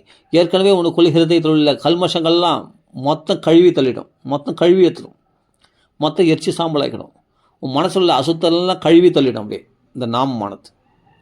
லோகஸ்ய சத்யோ விதுனோதி கல்மஷம் தஸ்மை சுபத்ர ஸ்ரவசே நமோ நமः. அப்படிப்பட்ட மங்களகரமான புகழ் உடைய பகவானுக்கு நமஸ்காரம். மங்களகரமான புகழ் இது. இப்படிப்பட்ட புகழ் வாய்ந்தவன் பகவான். இந்த புகழை கேட்கும்போதே மனசுக்கு மங்களம் உண்டாகுமா. பத்ரம் சுபத்ரம் அதிகமான மங்களத்தை உண்டாகுமா. பத்ரம் இல்லை சுபத்ரம், அதான் சொல்ல சுபத்ர சவசே நமோ நமக. அப்படிப்பட்ட புகழ் வாய்ந்தவனே உனக்கு நமோ நமக. அப்படிப்பட்ட பகவானுக்கு நமஸ்காரம், அந்த ராம நாமத்துக்கு நமஸ்காரம், பகவானுக்கு நமஸ்காரம். அப்படிப்பட்ட பகவானுக்கு நமஸ்காரம் தெரிவிக்கிறார் சுகாச்சாரியர். அப்படிப்பட்டது பகவான் நாமா. பகவான் நாமி வரல நாம வரல, முதல் புரிஞ்சுக்கணும். அப்போ பகவான் நாமத்தை அனவரதம் கீர்த்தனை பண்ணணும், இல்லைனா அந்த நாமத்தை எழுதி பார்க்கணும், அல்லது அந்த நாமத்தையே காதலை கேட்கணும், அந்த நாமத்தையே ஸ்மரணம் பண்ணணும், அந்த நாமத்தையே விழுந்து சேவிக்கணும், அந்த நாமத்துக்கே புஷ்பங்களால் அர்ச்சனை பண்ணணும். இப்படி எவன் செய்கிறானோ அவனுக்கு இந்த உலக விஷயங்களால், இந்த கலங்கங்களால், காமக்ரோத லோபங்களால் பாதிக்கப்பட மாட்டான். அது மட்டும் இல்லை, அவன் மனசில் ஏற்கனவே கல்மஷம் இருந்தாலும் அதெல்லாம் தொடைத்தெடுத்துடும். அப்படியே விதுநோதி கல்மஷம் தொடைச்செடுத்துடுமா, அப்படியே கழுவி தள்ளிடுமா, மனசை பரிசுத்தமாக்கிறோம். இப்போ பியூரிஃபையான ஹிருதயத்தோடு இருப்பனி. அந்த அளவுக்கு பகவானுடைய நாமத்துக்கு இவ்வளோ புகழ் உடையது. இதெல்லாம் பாகவதத்தில் அப்படியே கொட்டி கிடக்கிற அந்த ஸ்லோகங்கள்லாம் படித்து பாருங்கள், அருமையாக இருக்கும். இந்த பகவானுக்கு சமமாக ஒரு வஸ்து உண்டா உலகத்தில்?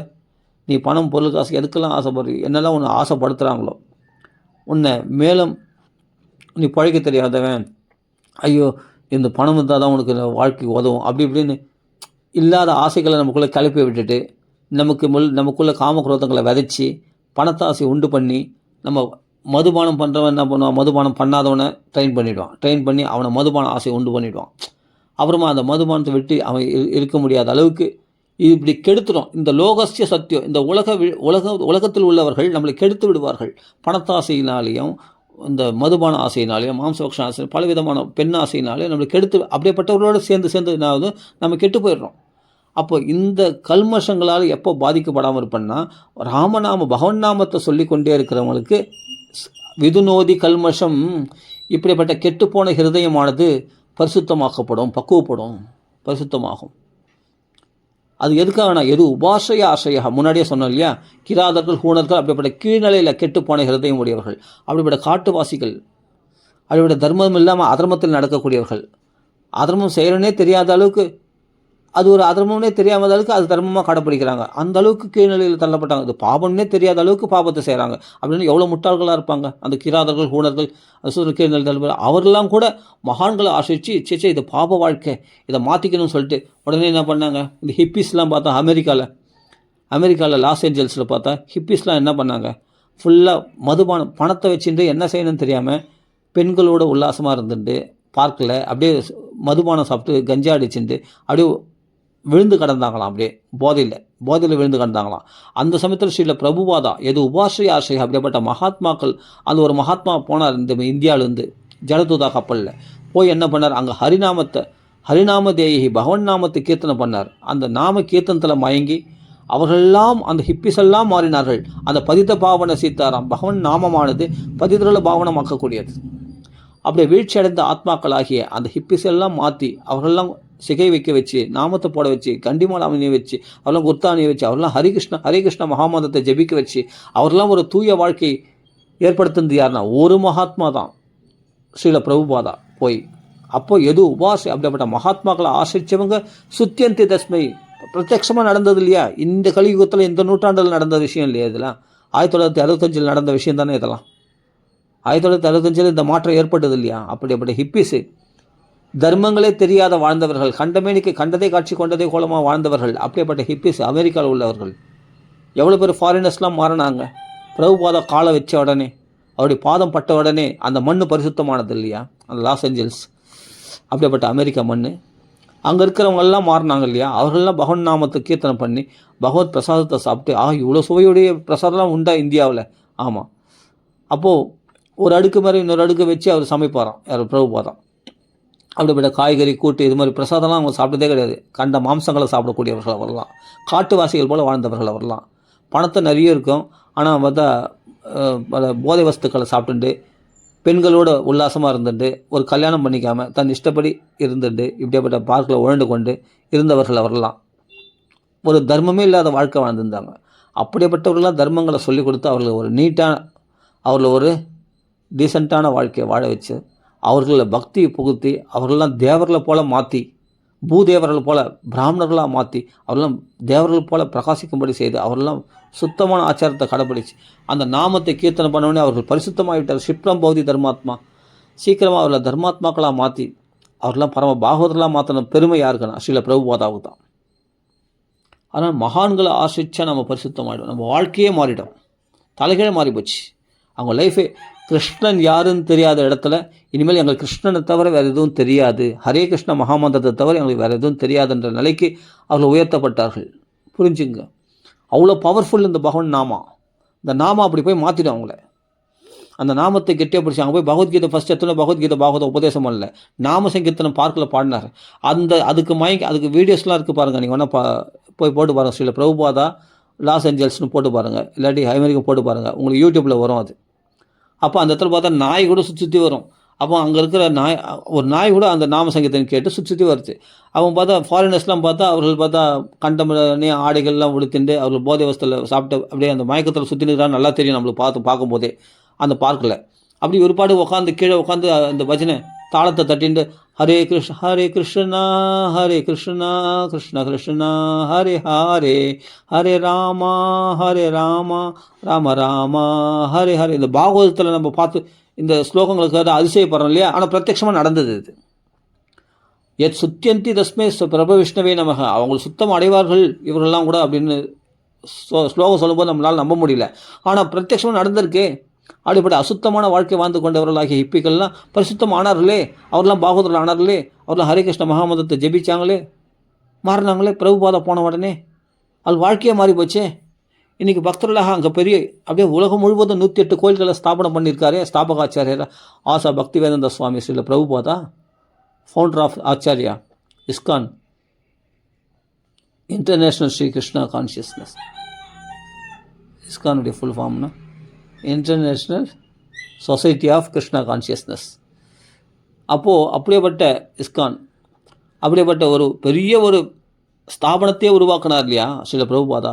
அவருக்கு மடத்துலேருந்து கௌடிய மடத்துலேருந்து கூட உதவி கிடைக்கலையே. அவருக்கு உதவி அமெரிக்காவுக்கு போய் எப்போது ஏதாவது பண உதவி ஏதாவது பண்ணுங்க, நான் இங்கே வந்து பிரச்சாரம் பண்ண போகிறேன் பகவான் நாமத்தை அப்படின்னா யாரும் உதவி மடத்துலேருந்து உதவி அனுப்ப மாட்டேன்ட்டாங்களே. கௌடிய மடத்துலேருந்து உதவி கிடைக்கலையே அவருக்கு. இல்லைப்பா அப்படின்னு சொல்லிட்டு சமாதானமாக வேறு ஏதோ சப்பக்கட்டு கட்டி ஏதோ லெட்ரு வந்து தான், அதாவது என்னன்னா உதவ முடியாதுன்ற அளவுக்கு அவருக்கு மறுபதல் வந்து தான் யாருக்கு பிரபுபாதாவுக்கு கௌடிய மடத்துலேருந்து. அப்படி இருக்கும்போது என்ன பண்ணுறது? சரி, பகவான் சுயமாக தான் நம்மளை முன்னேற்றம்னு நினைக்கிறான். அதாவது யாருடைய உதவி இல்லாமல் நீ முன்னேற்றம் இந்த தர்மத்தை இந்த நாம பிரச்சாரம் பண்ணணுன்ட்டு பகவான் விதிச்சிருக்கான். அதனால் அப்படியே செய்வோம்னு சொல்லிட்டு உடனே என்ன பண்ணால் தனியாக பகவான் தான் துணை என்மேல்ட்டு வேறு எந்த துணையும் இல்லை. அப்போ பகவானே துணையாக வைத்துக்கொண்டு இந்த நாம பிரச்சாரம் பண்ணார். அது அமெரிக்காவில் மட்டும் ரீச் ஆகலை, அப்புறம் லண்டனுக்கு போனார், இங்கிலாண்டில் அங்கெல்லாம் ரீச் ஆச்சு, அப்புறம் ஆஸ்திரேலியா, ஜப்பான், எல்லா நாடும், இந்தோனேஷியா, எல்லா நாடுக்கும் போனார், ஆஃப்ரிக்கா, எல்லா இடத்துலையுமே இந்த நாம பிரச்சாரம் பண்ணி பாகவத பிரச்சாரம் பண்ணி ஃப்ளைட்லேயே அப்படியே சுற்றினே இருந்தார். அப்படியேப்பட்ட 14 தடவை உலகத்தை சுற்றி வந்தார் அவர் பிரபுபாதா. ஆனால் அவர்கள் 10 பைசா இல்லை 40 ரூபா தான் எடுத்துன்னு போனார். ஆனால் பகவான் எல்லா ஏற்பாடுகளும் பகவான் பண்ணிட்டான். 3 தடவை ஹார்ட் அட்டாக் வந்த மனுஷர் எப்படி யோசிச்சு பாருங்கள். 3 தடவை ஹார்ட் அட்டாக் வந்துடுச்சு. இனிமேல் உயிர் பழிக்கிறது ரொம்ப கஷ்டம். அப்படியேப்பட்ட நிலையில் அவ்வளோ பலவீனமான ஒரு மனிதர், அப்படியேப்பட்ட ஒரு மகாத்மா, ஜலத்துத்தா கப்பலில் போகும்போது 40 நாள் பிரயாணம் போகும்போதே அங்கேயே நடுவில் ஹார்ட் அட்டாக் வந்துடுச்சு. ஆனால் அந்த இடத்துலையும் பகவான் சமாளித்து அவர் காப்பாற்றி நீ கவலைப்படாத அப்படின்னு பகவான் வந்து காட்சி கொடுத்து தடவி கொடுத்தார். யார்? பிரபுபாதாவை. ஜலத்துத்தா கப்பலில் பகவானே பிரத்யட்சமாகி அந்த மாற தடவி கொடுத்தார். நீ கவலைப்படாத, இந்த ஹார்ட் அட்டாக் வந்து உன்னை பாதிக்காது அப்படின்ட்டு பகவான் தடவி கொடுத்த உடனே அதுக்கு பிறகு அங்கேயே ஜென்மாஷ்டமி கொண்டாடினார். இந்த ஜலத்துத்தா கப்பல் 40 நாள் என்ன பயணம் அமெரிக்காவுக்கு போகிறது போது அந்த சமயத்தில் வந்து கிருஷ்ண ஜெயந்தி வந்துடுச்சு. அந்த சமயம் கிருஷ்ண ஜெயந்தி வந்து அங்கே இருக்கிற கேப்டன்லாம், அந்த படகு கேப்டன்லாம் என்ன பண்ணால் கொஞ்சம் பருப்பு அரிசி தான் கொடுங்கன்னு சொல்லிட்டு அப்படியே சிம்பிளாக நல்லாவே நைவேத்தியம் பண்ணி அங்கே ஜென்மாஷ்டமி கொண்டாடி எல்லாருக்கும் பிரசாதம் விநியோகம் பண்ணார் ஸ்ரீல பிரபுபாதா. கப்பல்லே ஜென்மாஷ்டமி கொண்டாடினார். அப்புறமா தான் அமெரிக்காவில் போய் இறங்கும்போது லெஃப்ட் போகிறோமா ரைட் பண்ணுமான்னு கூட தெரியாது அவருக்கு. ஏதோ போனோம், இறங்கிட்டோம். நம் குருநாதருடைய கட்டளை சித்தாந்த சரஸ்வதி சுவாமி அவர் என்னைக்கோ கட்டளை இட்டார். ஆனால் இன்றைக்கி தான் அவருக்கு எல்லா வேலைகளும் முடிஞ்சு, அலுவலகம் குடும்பம் இருந்தது இல்லையா, அந்த குடும்பத்தெல்லாம் காப்பாற்றணும், பிள்ளைகள்லாம் கல்யாணம் பண்ணணும், நிறைய வேலை இருந்தது. அதனால் அவர் காலேஜ் டைம்லேயே சொன்னாராம் தன் குருநாதர் சித்தாந்த சரஸ்வதி சுவாமி, இது போல் வந்து நீ போய் வெளிநாட்டில் போய் பிரச்சாரம் பண்ணு இந்த ஹரே கிருஷ்ண மகாமந்திரத்தை அப்படின்னு. சரின்னு அது எழுத்துண்டார். ஆனால் அவர் சொன்னது என்றைக்கோ அப்புறம் ஒரு 30 வருஷம் 40 வருஷம் பொறுத்து தான் அவர் என்ன பண்ணார், பிள்ளைகள்லாம் கல்யாணமாகி பிள்ளைகள்லாம் பிறந்து எல்லாம் பெரிய ஆளாகி அவங்களாம் கல்யாணமாகி அப்புறமா தான் இவருக்கு என்ன பண்ணால் வீட்டில் இவர் வியாபாரம்லாம் பகவான் ஏற்பாடு பண்ணுறான். நம்ம வியாபாரங்கள்லாம் தடையாச்சு, வியாபாரம்லாம் நஷ்டமாயிடுச்சு. தன்னுடைய ஊழியர்களே தன்களை வேலை செய்கிற ஊழியர்களே வந்து கொள்ளடிக்க ஆரம்பிச்சிட்டாங்க. அப்போ தான் பிரபுபாதா சிரிச்சார். ஆஹா, இது பகவான் பண்ணுற ஏற்பாடு. குருநாதர் கட்டளை இட்டார் இல்லையா, வெளிநாடு பிரச்சாரம் பண்ணுன்னு நம்ம இவ்வளோ நாளாக காலம் கடத்திட்டோம் இல்லையா, அந்த வைராக்கியத்தை உண்டாக்குறதுக்காக தான் பகவான் பண்ண ஏற்பாடுன்னு சொல்லி மனைவியை அனுகூலம் இல்லை. அந்த மனைவியை விட்டு பிள்ளைகளையும் விட்டு அவர்களிடத்தில் அந்த மருந்து கடை ஒன்று வச்சுருந்தார். அந்த மருந்து கடையை ஒப்படைச்சிட்டு பிள்ளைகளிடத்தில் ஜம்முன்னு பட்டி தூக்கின்னு கிளம்பிட்டார். அப்போ ராதா தாமரை கோயிலில் பிருந்தாவனத்தில் வந்து நிறைய பாகவதத்துக்கு வியாக்கியானங்கள் எழுதினார். எழுதி அப்புறமா டெல்லியில் போய் பேக் டு கார்டு வந்து பிரச்சாரம் பண்ணார். அப்போது யாரும் உதவலை. அதுக்கப்புறமா தான் கீதா ப்ரெஸ்ஸில் போய் உதவி கேட்டார். கீதா ப்ரெஸ்ஸில் உதவி கேட்டால் அவங்க ஏதோ டொனேஷன் கொடுத்தாங்க. அந்த பணத்தை வச்சுன்னு அப்படியே ஓட்டியிருந்தார். அப்புறமா தான் யாரோ சொன்னாங்க ஐடியா, நீங்கள் இங்கே பண்ணுறதை விட நீங்கள் அமெரிக்காவுக்கு போகலாமே, அங்கே நல்லா வரவேற்போம் அப்படின்ட்டு யாரோ சொன்னாங்க. அப்புறமா தான் குருநாதருடைய கட்டளை ஞாபகம் வந்தது. உடனே அமெரிக்கா போய் யாரோ ஒரு சிஷ்யை, இவருடைய சிஷ்யை வருது ஒரு அம்மா. அந்த அம்மா வந்து சிஷ்யை வருது ஒரு அம்மா. அந்த அம்மாக்கள் போய் இது போல் எனக்கு டிக்கெட்டு எடுத்து கொடு கப்பலில் அமெரிக்கா போகிறதுக்குன்னு. இல்லை நீங்கள் அங்கே போனால் எல்லாமே நாஸ்திகர்கள் தான், அங்கே கிருஷ்ணனை பற்றி தெரியாத இடத்துல போய் நீ பிரச்சாரம் பண்ணால் உன்னை அவமானப்படுத்துவாங்க, அதெல்லாம் நீ போகக்கூடாது, உங்களுக்கு நான் டிக்கெட் கொடுக்க மாட்டேன் அப்படின்னு அந்த அம்மா சொன்னாங்களாம். எனக்கு கொடுக்க மாட்டேன்ட்டு அவர் பிடிவாதமாக கேட்டவுடனே சரின்னு சொல்லிட்டு அப்புறம் டிக்கெட் எடுத்து கொடுத்தாங்க. அந்த டிக்கெட் எடுத்துன்னு பாக்கெட்டில் 40 ரூபா என்னவோ அது மட்டும் எடுத்துன்னு போகிறார். அவள் தான், அவர் செலவு கூட காசு இல்லை. அப்படிப்பட்ட நிலையில் பகவான் அந்த துணிஞ்சு அடித்தா பகவான் 1000 வழிகள் 1000 கதவுகளை திறந்து விடுவான். அப்படி தான் ஜலதூபத்து கப்பலில் வந்து இந்த அம்மாவுக்கு பெரிய அதிகாரி, அந்த அம்மாவுக்கு எல்லோரும் தெரியும், கேப்டன்லாம். அதனால் இவரை கொண்டு போய் அமெரிக்காவில் விட்டு விடுங்க ஜாக்கிரதையாக அப்படின்னு சொன்னவொடனே அந்த அம்மா ரெக்கமெண்ட் பண்ணாங்க. ரெக்கமெண்ட் பண்ணவுடனே அந்த டிக்கெட் எடுத்து கப்பலில் போனார் அவர் பாட்டுக்கு. அவனும் 40 நாள் பயணம். அது நடுவில் தான் ஒரு தடவை ஹார்ட் அட்டாக் வந்துடுச்சு. அந்த சமயத்தில் பகவான் கிருஷ்ணனை பிரத்யட்சமாகி மார்பை தடவி கொடுத்தார்.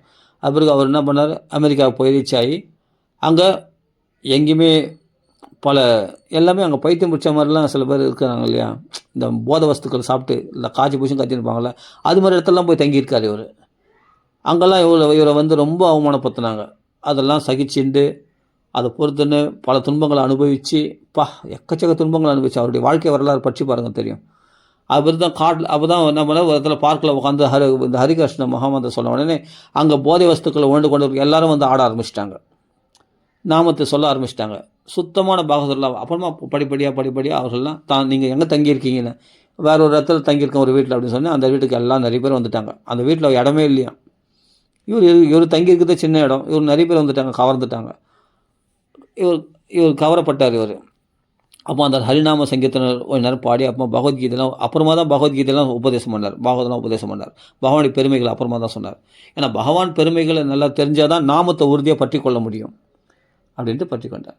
அப்போ எதுக்காக சொல்ல வரேன்னா, இந்த சுபத்ரா சவசே அப்படிப்பட்ட பரிசுத்தமாக்கக்கூடிய புண்ணியத்தை உண்டாக்கக்கூடிய அப்படிப்பட்ட மங்களகத்தை உண்டாக்கக்கூடிய புகழ் உடையவனாம் பகவான். அவனுடைய புகழ் பாடுறது வந்து நம்மளை பரம மங்களத்துக்கு கொண்டு போயிடும், உன்னத ஸ்திதிக்கு கொண்டு போயிடும். அப்படிப்பட்ட மிருக வாழ்க்கை, இந்த வராக ஒஷ்டகரகி என்று போன்ற மிருக வாழ்க்கை வாழ்ந்து கொண்டவர்களாக இருந்தவர்களாகிய ஹிப்பிகள் எல்லாம் அந்த அமெரிக்காவில் உள்ள லாஸ் இந்த நம்ம சொன்னோம் இல்லையா, ஸ்வ விட்டு வராக ஒஷ்டகரகி சம்ஸ்கிருத புருஷ பசுகு, மனுஷனாக பிறந்து மிருக வாழ்க்கை வாழ்ந்து கொண்டு வந்தவர்களாகிய அப்படிப்பட்ட ஹிப்பிஸு, அப்படிப்பட்ட அமெரிக்கன்ஸ், அவர்களையெல்லாம் பரிசுத்தமாக்கி பாகவதெல்லாம் மாற்றினார்னா அந்த பெருமை சில பிரபுபாதுக்கே சேரும், பகவானுக்கு தான் சேரும். பகவான் யாருக்கு அந்த பவரை கொடுக்குறானோ அவங்களாம் சாதிக்க முடியும். எவ்வளோ வானர்கள் போனாங்க, எல்லாம் சாதிக்க முடிஞ்சது. ராம நாமத்தை யாருக்கு கொடுத்தாரோ அந்த ஆஞ்சநேயரால் தான் சாதிக்க முடிஞ்சது. லங்கையில் போய் சீதையை பார்க்க முடிஞ்சது, லங்கையை தீக்கரை ஆக்க முடிஞ்சது, ராவனுடைய செய்திகள்லாம் கொண்டு வர முடிஞ்சது. யோசிச்சு பாருங்கள், பகவான் யார் அங்கீகரிக்கிறானோ அவங்களால தான் சாதிக்க முடியும். எவ்வளோ பாகவதர்கள் இருக்காங்க, எல்லாரும் சாதிக்க முடியும். சில பிரபுபாதாவில் தான் சாதிக்க முடிஞ்சது. உலகம் முழுவதும் ஜெகத்குருவாக பிரகாசிக்கிறார் இன்றைக்கி பிரபுபாதா. உலகம் முழுவதும் சஞ்சரித்து எவ்வளோ பாகவதரில் மாற்றினார். எல்லாம் கிருஷ்ணனை தவிர இனிமேல் எங்களுக்கு வேறு எதுவும் தெரியாதுன்ற அளவுக்கு மாற்றிட்டார் இல்லையா. எப்படி மாற்றினார்? அந்த அளவுக்கு தபஸ், குருநாதனுடைய ஆசீர்வாதம், பகவானுடைய அருள் எல்லாமே பூர்ணமாக சேர்ந்துருந்தால் அவர் வயசான காலத்தில் கூட போனால் கூட சாதிக்க முடியும். வயசான காலத்தில் தான் போனார், 65. அப்போ வயசு அவருக்கு 70 இருக்கும் போல இருக்குது. அந்த சமயத்தில் தான் அவர் நாட்டுக்கு இந்த இந்தியாவை விட்டு வெளியே கிளம்புறாரு. 70 வயசில் போய் என்ன சாதிக்க முடியும்னு நம்ம நினைப்போம். 70 வயசு மேலே போய் தான் அவர் சாதித்தார். அமெரிக்காவுக்கு போய், அப்புறமா இங்கிலாந்துக்கு போய், லண்டனுக்கு போய், அப்புறம் ஆஸ்திரேலியா போய், அங்கே ஜப்பான் அது இதுன்னு மற்ற நாடுகளுக்கெல்லாம் போய் இந்த நாம பிரச்சாரம் பண்ணதே எப்படின்னா, அந்த 60 70 அந்த 65 அதான் 65 வயசுக்கு மேலே தான் போய் சாதிச்சார். 25 வயசில் சாதிக்க வேண்டிய விஷயத்த 65 வயசில் குடும்பம், குழந்தை குட்டி எல்லாம் ஆகி எல்லாம் கல்யாணம் பண்ணி முடிச்சு அப்புறமா தான் இவர் வீட்டை விட்டு துறவி வாழ்க்கை மேற்கொண்டு அப்புறமா சாதிச்சு. அதாவது பகவான் என்னன்னா, உன் சாமர்த்தியத்தினால் நீ சாதிச்சதெல்லாம் இருக்கக்கூடாது. நீ பலவீனமாக இருக்கணும், நீ வயசான காலத்தில் இருக்கணும், ஆனால் நீ போய் உலகத்தெல்லாம் நாம பிரச்சாரம் பண்ணணும். அப்படின்னா இப்போ தான் என் பலம் தெரியும், கிருஷ்ணனுடைய அனுகிரகம் பற்றி எப்படி வேலை செய்யுது அப்படின்னு. இந்த எதுவுமே பாசிபிளே கிடையாது. இவருக்கு பார்த்தா ஹார்ட் அட்டாக் வந்த பர்சன், இவர் போய் உலகம் முழுதும் பிரச்சாரம் பண்ண முடியுமா? அதே போல் வயசான காலத்தில் வயசாகி போச்சு, ரொம்ப 60 வயசுக்கு மேலே ஆகி போச்சு, இனிமேல்ட்டு போய் எப்படி பிரச்சாரம் பண்ண முடியும்? ஊர் ஊராக அலைய முடியுமா? அப்படியே உடம்புலையும் பார்த்தா அவரால் முடியாத ஒரு சூழ்நிலை. வயசான வயோதிக நிலையில் அடைஞ்சிட்டார். 65-70 வயசு நான் துள்ளி குதிக்கிற வயசு அவர். ஆனால் அந்த இடத்துல அந்த 65-70 வயசில் துள்ளி குதிச்சார். ஹரிகிருஷ்ண பாடி ரத யாத்திரைலாம் நடத்தினார் வெளிநாட்டில் போய். எப்படின்னா எல்லாமே நெகட்டிவாக இருக்கணும், ஆனால் அதை நான் பாசிபிள் ஆக்கிடுவேன். யார்? கிருஷ்ணனுடைய பெருமை பாருங்கள். வயசும் பார்த்தா ரொம்ப இதுவாக இருக்குது, நோயும் பார்த்தா இவருக்கு ஹார்ட் அட்டாக்கு வந்திருக்கு, 3 தடவை ஹார்ட் அட்டாக் வந்திருக்கு. இந்த நிலையில் எப்படி சாதிக்க முடியும்னா, பகவான் நாம சாதிச்சிட்டோம். நாமத்தை ஹரே கிருஷ்ண மகாமந்திரத்தை பிடிச்சிருந்தார் இல்லையா, அந்த நாமம் வந்து வேலை செய்யும். நீ செய்ய வேணாம், நீ பலவீனமாகவே இரு, நீ எல்லாமே நெகட்டிவாக இருக்கட்டும் உங்களை, பரவாயில்ல, அதை நான் பாசிட்டிவாக மாற்றிடுவேன். அப்படி மாற்றி தான் இந்த உலகம் இதை நினச்சி பார்ப்பேன் நான். எப்படி இந்த மகாத்மா இந்த வயசான காலத்தில் போய் உலகம் முழுதும் போய் இந்த நாமத்தை பிரச்சாரம் பண்ணார், எப்படி கிருஷ்ண பக்தர்களாக மாற்றினார், இவ்வளோ பேர் எப்படி இவருக்கு அனுகூலமாக இருந்தாங்க, எப்படி பக்தர்களாக மாறினாங்க அவங்க. அப்போ பிரபுபாதா போய் கேட்டால் இது உங்கள் சாமர்த்தியம்னு சொன்னால் அவருக்கு கோபம் வந்துடும். என் சாமர்த்தியம்னு சொல்ல, எல்லாம் பகவானுடைய அனுக்கிரகம். இதெல்லாம் மனுஷனால் சாதிக்கக்கூடிய விஷயமா இது? தெய்வ அனுகூலம், தெய்வம் தானே இங்கே செயல்படுது. பிரபுபாதாவை செயல்பட்டார், பிரபுபாதாக்குள்ளே இருக்கிற கிருஷ்ணன் தானே செயல்பட்டான். எத்தனையும் செயல்பட்டு தானே இவ்வளோ பெரிய சாதனைகளை சாதித்தான் பகவான் கிருஷ்ணன். பிரபுபாதாவை சாதித்தார், கிருஷ்ணன் சாதித்தான் அப்படின்னு அவர் சொல்லுவார். ஆனால் நமக்கெல்லாம் அந்த மகாத்மாவுடைய முயற்சி தான் சாதிச்சுது. அந்த மகாத்மாவை முயற்சி பண்ண வச்சது என்ன? அந்த ஹரே கிருஷ்ணன் அந்த மகாமந்திர நாமமானது. அவள் நாமத்தை சொல்லுங்கள், உலகத்தையே தலைகீழ புரட்டி போட முடியும் உங்களால். நாமத்தை பிடிச்சிங்க, உங்கள் வாழ்க்கையே மாறிடும். ஏன்னா வாழ்க்கை மாறி இருக்கே. எத்தனையோ பேர் வாழ்க்கையில் விளக்கேற்றி வச்சுருக்காரு பிரபுபாதா, எத்தனையோ பேர் வாழ்க்கையில் ஒளி விளக்கு ஏற்றி வச்சுருக்காரு. அவங்க வாழ்க்கையெல்லாம் பிரகாசமாக இன்றைக்கி பக்தி வாழ்க்கையில் தூய வாழ்க்கை வாழ்ந்து கொண்டு இருக்கிறார்களே, சந்தோஷமாக ஹாப்பியாக வாழ்கிறாங்களே. அவர் உலக கவலைகளை மறந்து இந்த டென்ஷன், ஸ்ட்ரெஸ்ஸு இதெல்லாம் விட்டுட்டு ஹரிகிருஷ்ணா மகாமந்திரத்தை சொல்லி ஆனந்தமாக இருக்கிறாங்களே பகவான் நாமத்தை சொல்லிக்கொண்டு. அதனால் நாமத்தை பற்றி கொண்டவர்கள் தான் சாதிக்க முடியும். பிரபுபாதா நாமத்தை பற்றி கொண்டார், அங்கே போய் நாமத்தை பிரச்சாரம் பண்ணார். அது பிறகு பகவத்கீதை எது சொன்னாலும் அவங்க பகவான் புகழை கேட்க ஆரம்பித்தாங்க. அப்போ கிருஷ்ண பக்தியில் மூழ்கி கிருஷ்ண பக்தியை கதியாகிட்டாங்க. வேறு எந்த விஷயத்துக்கும் வேறு எந்த விஷயத்துலையும் அவங்க போக மாட்டாங்க, தலை காட்ட மாட்டாங்க. இந்த கிருஷ்ண பக்தி விஷயமே நிஷ்டை ஆகிட்டாங்க. இந்த ஹரே கிருஷ்ண மகாமந்திரமே நிஷ்டை ஆகிட்டாங்க. ஆனவரதும் ஜபிக்கிறது. அப்படிப்பட்ட தூய பாகவதர்கள் நிறைய பேர் உருவானாங்க. அவரால் கோடிக்கணக்கான பேர் உருவானாங்க, பக்தர்கள் உலகம் முழுவதும். புரிஞ்சிக்கணும், இப்படிப்பட்ட மகாத்மாக்கள் சரித்திரங்களை நம்ம தெரிஞ்சுக்கிட்டால் தான் நாமத்துக்கு இவ்வளோ பெருமையாக அப்படின்னு நம்ம புரிஞ்சிக்க முடியும். அதனால தான் இந்த ராம நாமத்தை சொல்லுங்கள். தியாக பிரம்மம் எவ்வளோ பேருக்கு இந்த நாமத்தை பிரச்சாரம் பண்ணி தியாகராவ கீர்த்தனை பிரசித்தமாக இருக்குன்னா நாமத்தினால எல்லாமே செழிப்பாக இருக்கும். நாமத்தை பற்றி கொண்டால் நமக்கு பட்டுதல் விலகும், சந்தோஷமாக இருக்கும். சரி, இதை சொல்லி பூர்த்தி பண்ணிப்போம். ராம ராம ராம ராம ராம ராம. ஆஹா, மணி 1 மணி நேரமாக ஆயிடுச்சு. சரி, ஓகே, நம்ம பூர்த்தி பண்ண. ராம ராம ராம ராம ராம ராம ராம ராம. நாமந்தான் நம்மளை பரிசுத்தமாகும். ராம ராம ராம ராம. நாமத்தினால் பல அதிசயங்கள் நடக்கும், எல்லாமே நடக்கும். ராம ராம ராம ராம. ஸ்ரீ ராமநாம சங்கீதம் கி ஜெய், ஆஞ்சநேய சுவாமி கி ஜெய், சகல சாதுமலி கி ஜெய். ராம ராம ராம ராம ராம ராம ராம.